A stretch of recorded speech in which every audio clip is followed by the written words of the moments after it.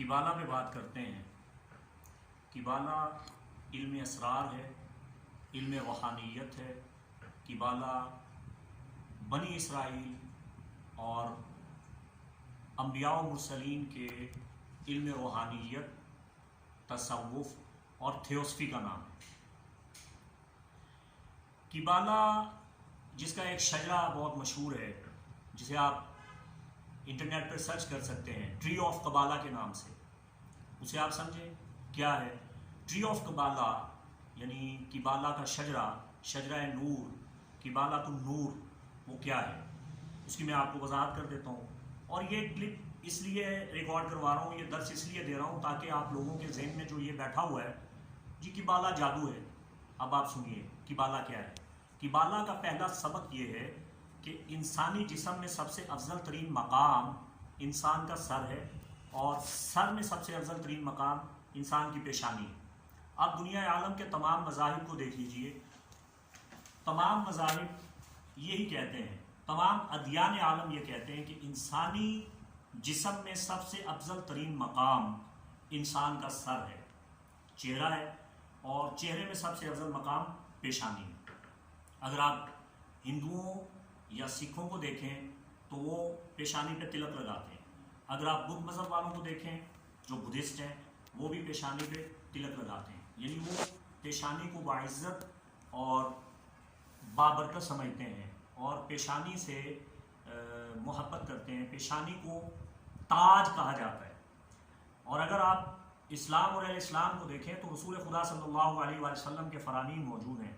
آپ نے فرمایا انسانی جسم میں سب سے افضل ترین مقام انسان کا سر ہے، اور سر میں سب سے افضل ترین مقام جبہہ، پیشانی ہے۔ اسی طرح باپ جب اپنی بیٹی کا جسم کا کوئی حصہ چومنا چاہتا ہے تو پیشانی چومتا ہے، باپ اپنی بیٹی کی پیشانی چومتا ہے۔ پیشانی سب سے افضل ترین مقام ہے، اور یہ پیشانی مقام روح ہے۔ روح کی چار قسمیں، غازیہ، مدرکہ، محرکہ اور نفس ناطقہ، جو امام غزالی رحمہ اللہ نے یا دیگر علماء علم روحانیات نے بیان فرمائی۔ روح سب سے افضل مقام ہے جو انسان کی پیشانی میں رہتی ہے، اور یہی وجہ ہے کہ تمام مذاہب میں سجدہ کا تصور ہے، اور تمام مذاہب جب سجدہ کرتے ہیں تو وہ اپنی پیشانی اس وحدہ لا شریک رب قدوس خدائے عزت وحدہ لا شریک کی بارگاہ میں جھکا دیتے ہیں۔ تو کبالہ پہلا سبق یہ دیتا ہے کہ انسانی جسم کو تقسیم کر رہا ہے کبالہ۔ کبالہ انسانی جسم کا ایک روحانی ڈھانچہ بناتا ہے جو ٹری آف کبالہ ہے۔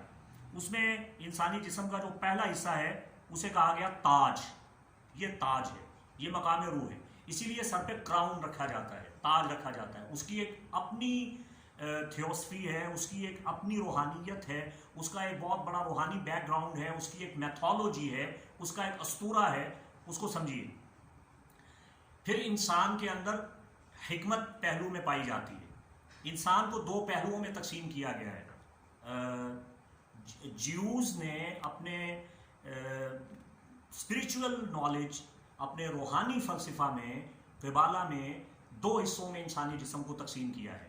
ایک اس کا جلالی پہلو ہے، ایک اس کا جمالی پہلو ہے۔ جو پہلو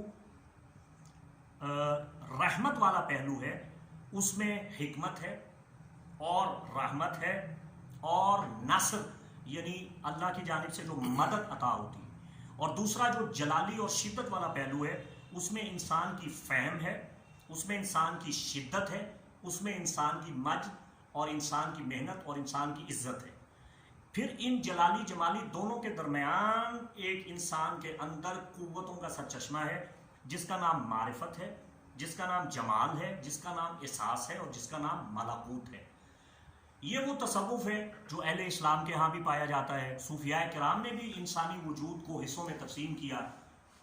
سلسلہ نقشبندیہ نے انسانی جسم کو مختلف روحانی دائروں میں تقسیم کیا، پھر ان کے اذکار تعلیم دیے، یہ ذکر خفی ہے، یہ ذکر اخفا ہے، یہ ذکر سر ہے، یہ ذکر روح ہے، یہ ذکر قلب ہے۔ پھر قلب کے لطائف تعلیم دیے، قلب کے لطیفے بنائے، قلب کے حصے بنائے کہ قلب کو جاری کیسے کرنا ہے، پھر قلب کے کس کس حصے کا کون کون سا ذکر ہے۔ سلسلہ قادریہ میں بھی ہے، سلسلہ بداویہ جو عرب میں پایا جاتا ہے، سلسلہ رفاعیہ جو عرب میں پایا جاتا ہے، صوفیاء، مشائخ، اولیاء نے انسانی جسم کے روحانی ڈھانچے بنائے اور ان روحانیات کو جو انسان کے اندر پائی جاتی ہیں، چونکہ انسان بذات خود ایک مائکروکوزم ہے، کائنات ہے، یعنی ایک تو یہ کائنات ہے جو وسیع و عریض لامحدود کائنات ہے، لیکن ایک وہ کائنات ہے جو انسان کے اندر موجود ہے۔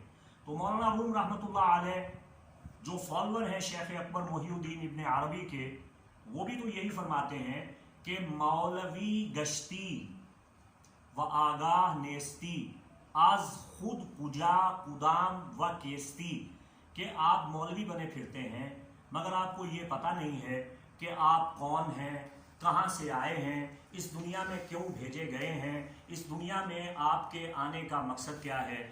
اور وہ جو فرمان نبوی کہ من عرف نفسہ عرف ربہ، جس نے اپنے آپ کو پہچان لیا اس نے اپنے رب کو پہچان لیا، یہ کیا ہے؟ یہ علم سر ہے، یہ تھیوسفی ہے، یہ تصوف ہے، یہ اندر کا علم ہے، یہ باطن کا علم ہے۔ اصل میں علم ہے ہی دو، ایک ظاہر اور ایک باطن، اور پوری دنیا میں جتنے بھی اختلافات ہیں، تضادات ہیں، انتشارات ہیں، فرقے ہیں، مکاتب ہیں، ان سب کو دو حصوں میں تقسیم کر دیا گیا ہے۔ اہل تصوف سب کو دو حصوں میں تقسیم کرتے ہیں کہ یہ اہل ظاہر ہیں، ان کا سودا دیکھنے دکھانے اور پڑھنے پڑھانے کا ہے، یہ اہل باطن ہیں، ان کا سودا دیکھنے دکھانے کا ہے۔ اہل باطن کے پاس کشف ہے، مراقبہ ہے، میڈیٹیشن ہے۔ تو میں یہ عرض کر رہا ہوں کہ قبالہ بھی اسی قسم کا ایک روحانی باطنی علم ہے، اس میں کسی قسم کی کوئی جادو کی آمیزش نہیں ہے، جیسا کہ ہمارے یہاں پاکستان میں نام نہاد اسکالرز نے اودھم مچا رکھا ہے اور انبیاء کے مقدس علم کو جادو قرار دے دیا۔ یہ بہت بڑی زیادتی ہے۔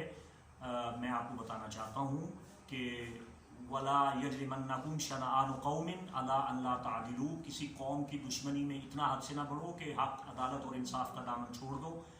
کیا قبالہ اس لیے برا ہے کہ اسے یہودی پریکٹس کرتے ہیں؟ یہ غلط بات ہے۔ یہ علم یہودیوں نے انبیاء سے لیا ہے، انبیاء کا علم ہے، اور ہم انبیاء پہ ایمان رکھتے ہیں، انبیاء کی روحانیت پہ ہمارا ایمان ہے۔ قبالہ پہ ہم نے تحقیق کی ہے، نیو ایج اسپریچول موومنٹ پہ اس کی تھیسس پڑھی ہے۔ قبالہ میں جو قرآن و سنت کے مطابق ہے، اسلامی تصوف کے مطابق ہے، وہ درست ہے۔ قبالہ میں اگر کوئی بات قرآن و سنت کے خلاف نظر آتی ہے، ہم اسے رد کرتے ہیں، ہم اس کا انکار کرتے ہیں۔ قبالہ پہ صوفیاء نے بہت کچھ لکھا ہے۔ شیخ اکبر محی الدین ابن عربی جو صوفیاء کے شیخ اکبر ہیں، آپ قبالہ کے سب سے بڑے ماہر تھے، قبالہ کی باریکیوں سے آگاہ تھے۔ قبالہ روحانیت کا علم ہے، اور روحانیت کا علم ایک ہی ہوتا ہے، روحانیت کا راستہ ایک ہی ہوتا ہے، روحانیت میں اختلافات نہیں ہوتے۔ دعا ہے کہ اللہ سمجھنے کی توفیق عطا فرمائے۔ وما علینا الا البلاغ المبین۔